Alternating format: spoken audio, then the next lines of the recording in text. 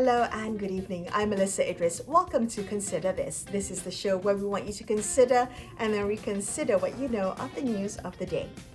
A recent meeting of the Special Council on the Malaysia Agreement 1963 had endorsed restoring 35% of the 222 parliamentary seats to Sabah and Sarawak. Now, the Council was of the opinion that the Peninsula Malaysia should hold no more than 2/3 of Dewan Rakyat seats, this to reflect the arrangement of when Malaysia was first formed.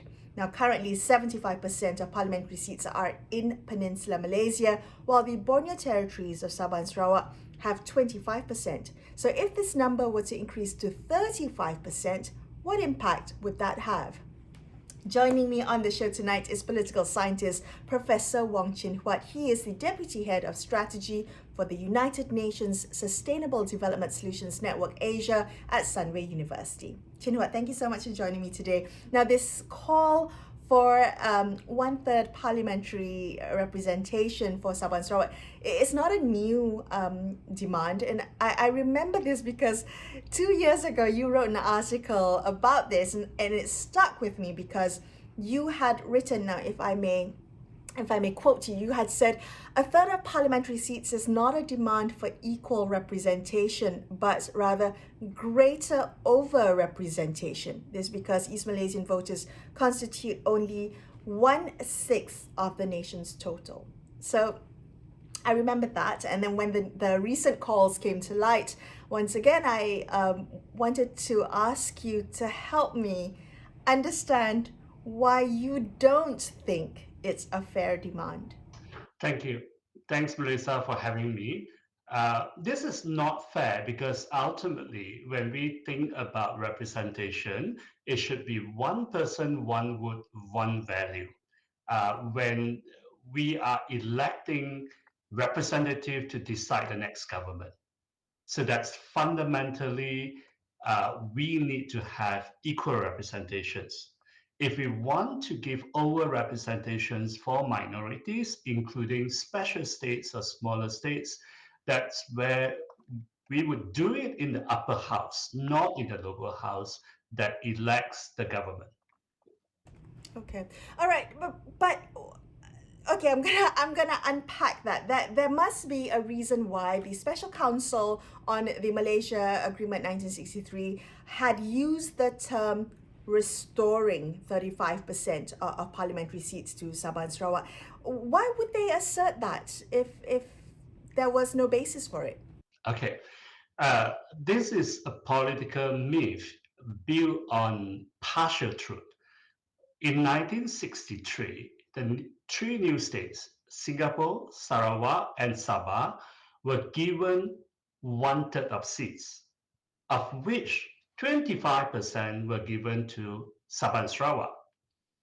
But there is nothing in the MA 63 that say that after uh, the exit of Singapore, which was of course not planned at the time of Malaysia formations, that Sabah and Sarawak would inherit the total 1/3 of seats. So the word restoring is misinformation. What we have is only in the 1962 report by the Intergovernmental Committee, IGC, which became the basis of MA 63. Now, paragraph 19, cross through of the IGC report did say Sabah and Sarawak were given 40 seats out of 159 together. That's 25%. And that proportion should remain the same for 7 years, unless because that Malaysia is accepting a new state. So otherwise, it should remain for 7 years after Malaysia Day. And so that period would have ended by 1970.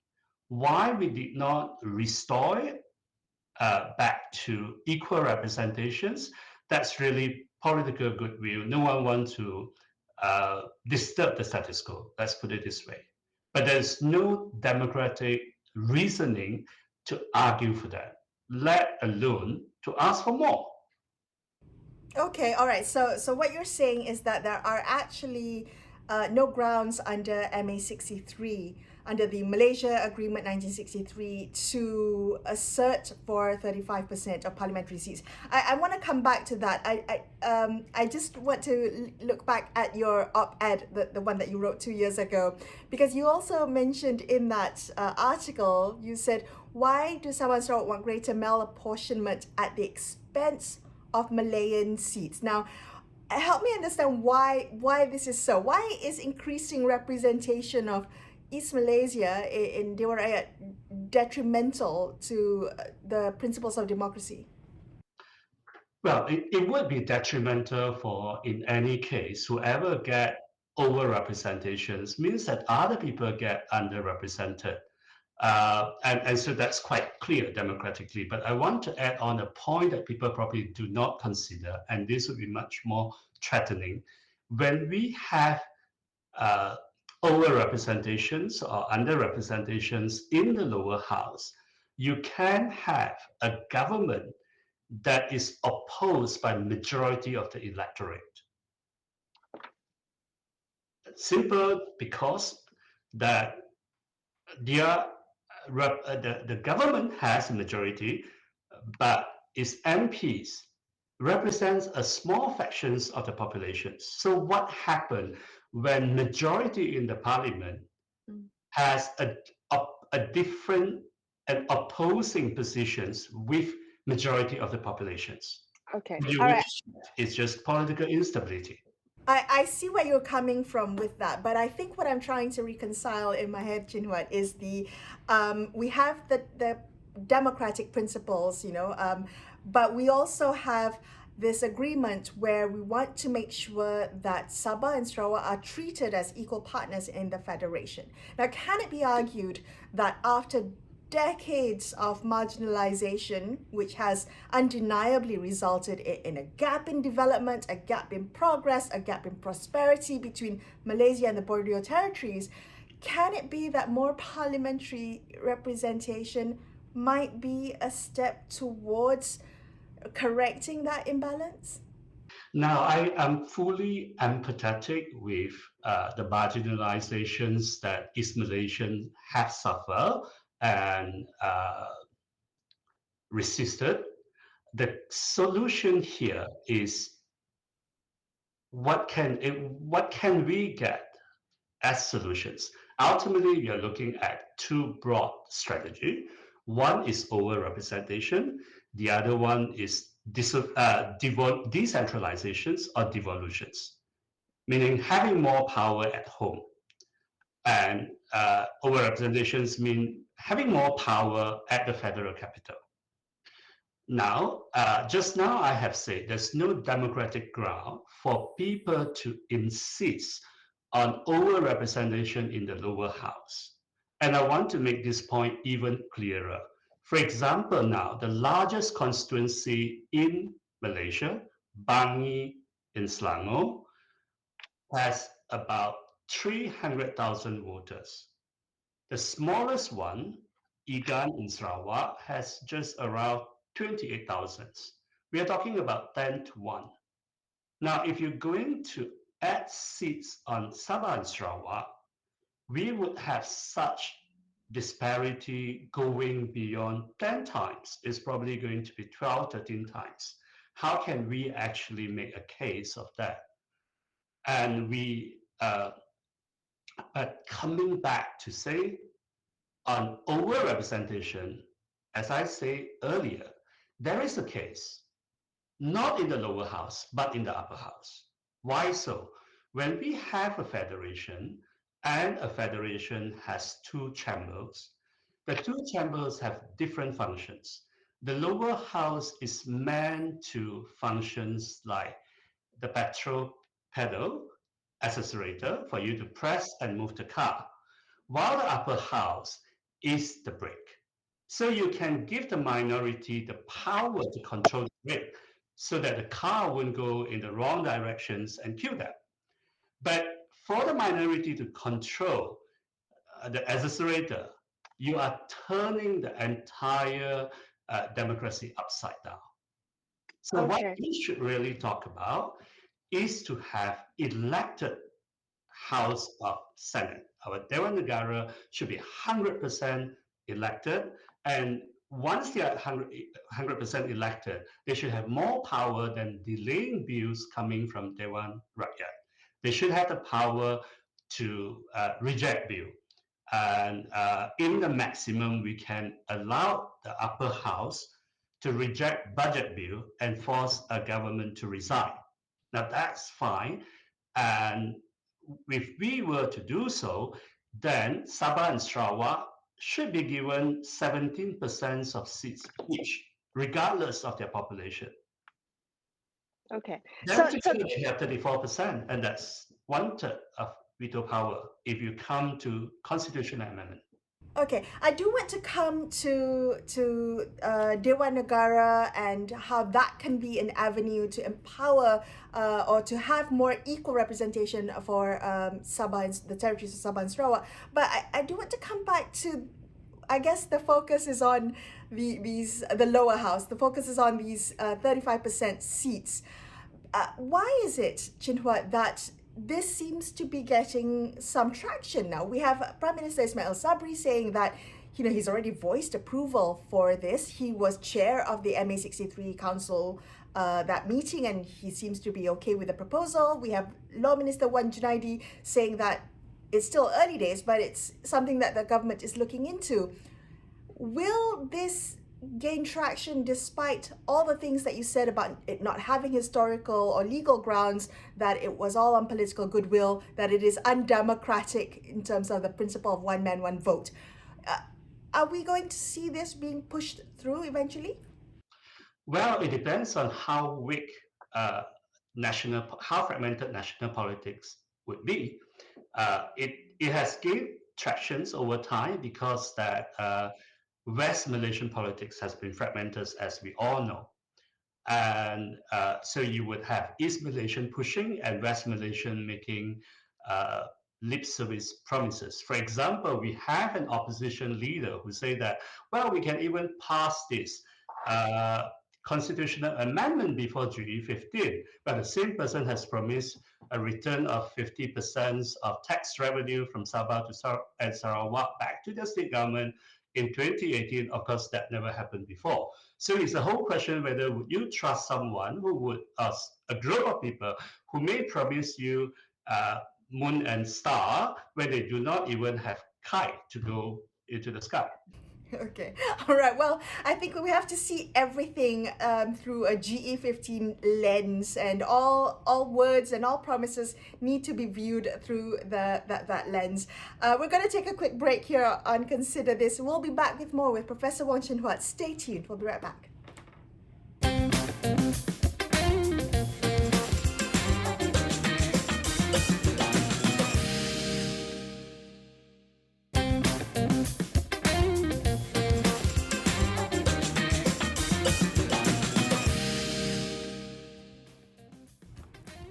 Hi, welcome back to Consider This. I'm Melissa Idris. I've got my guest tonight, Professor Wong Chin Huat, political scientist and deputy head of strategy for the United Nations Sustainable Development Solutions Network Asia at Sunway University. We're discussing the endorsement by the Special Council of on the Malaysian Agreement 1963 for Sabah and Sarawak to be given 35% of seats in Dewan Rakyat.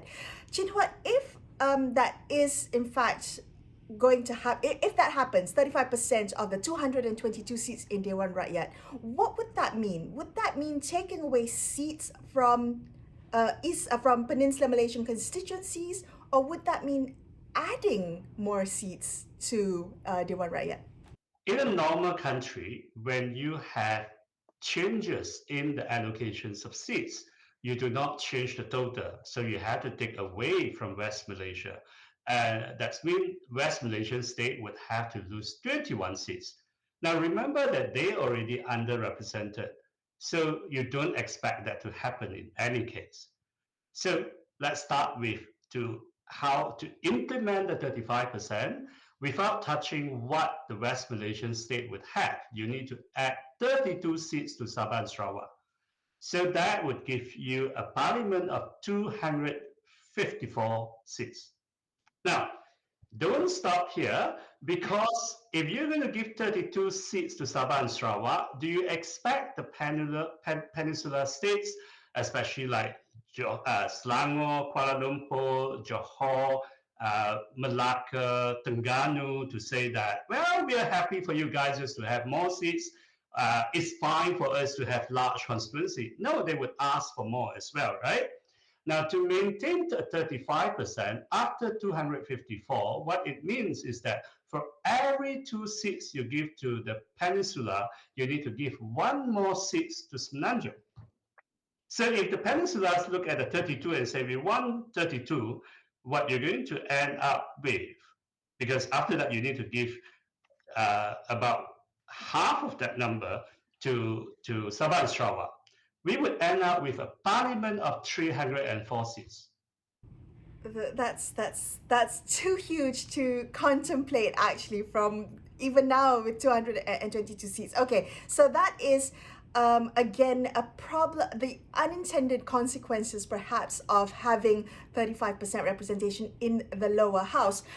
Yes. But if parliamentary seats, right? Before we go on the upper house, let me add on a bit more nightmarish information for you. If you're going to increase your parliament by nearly 50%, of course, you need to pay more for your MPs. But remember, unless we are talking about expanding the time that our parliament is in sessions, we're going to have more parliamentary committees so that the MPs can work throughout the years. Increasing the number of MPs without expanding the time that parliament is in session, we are basically paying for more people to do less job in the August House. Right, okay, then that means we need to, that would mean more keeping track of MPs who are attending, and you're absolutely right. There are so many unintended consequences of growing our parliament. If parliamentary seats are not the only way to empower Sabah Sarawak, you mentioned that Dewan Negara is another way to do that. But how can, I mean, everyone seems to be focused on the parliamentary seats, which you argue is problematic from a democratic standpoint.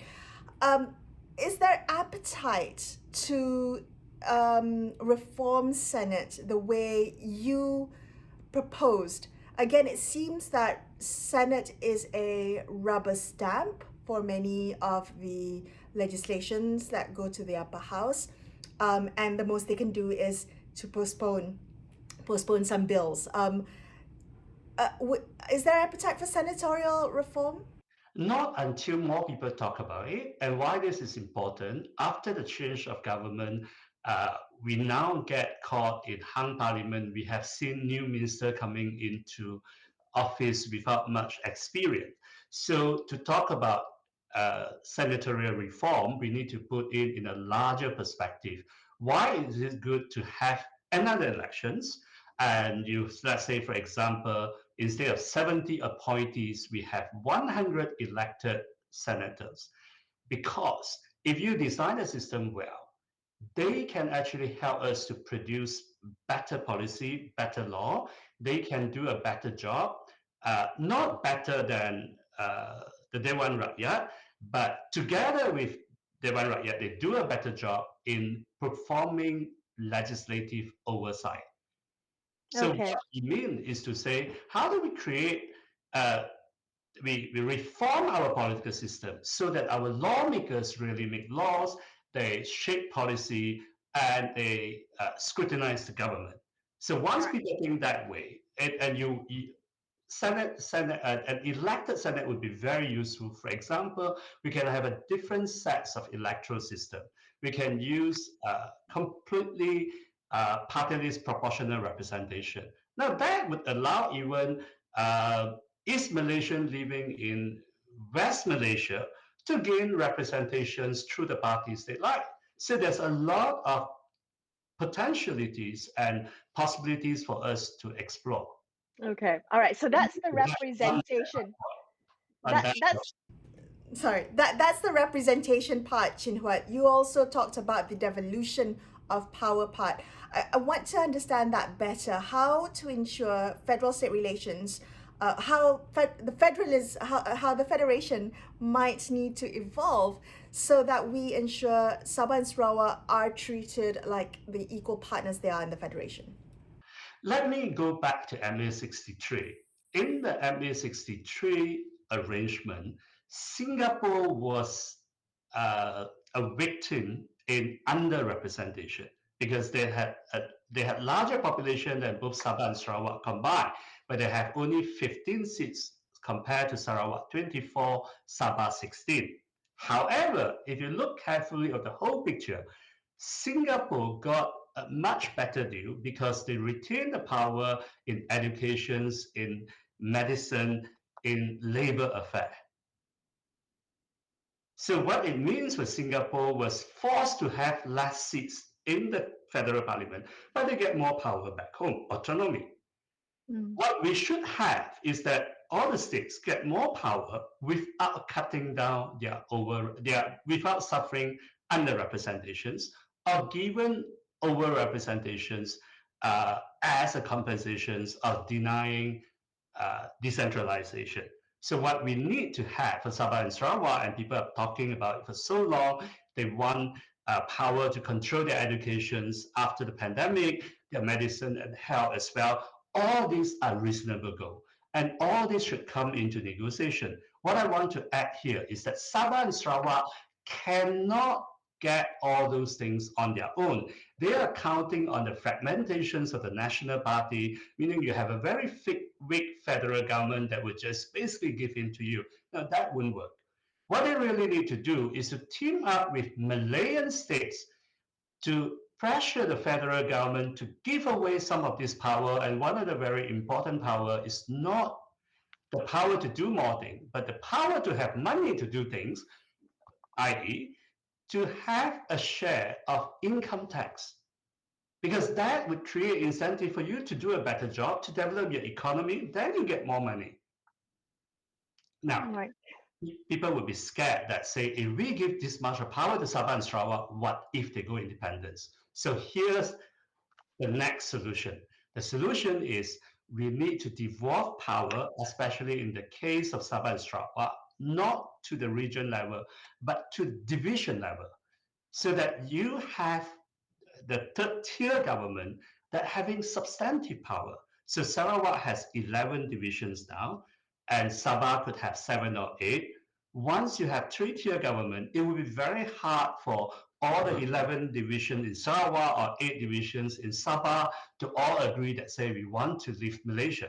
So we can have all these things sorted out in a planned and orderly way. However, if you're going to give 35% of seats to East Malaysians, there's no guarantee East Malaysian, ordinary East Malaysians get better deal. But their politicians definitely can be kingmakers. They probably would enrich themselves, then their homeland and their people. Chin Huat, thank you so much for joining me on the show today. It's been quite illuminating, I have to say, and I appreciate your time and your insights. That was political scientist Professor Wong Chin Huat, and that wraps up this episode of Consider This.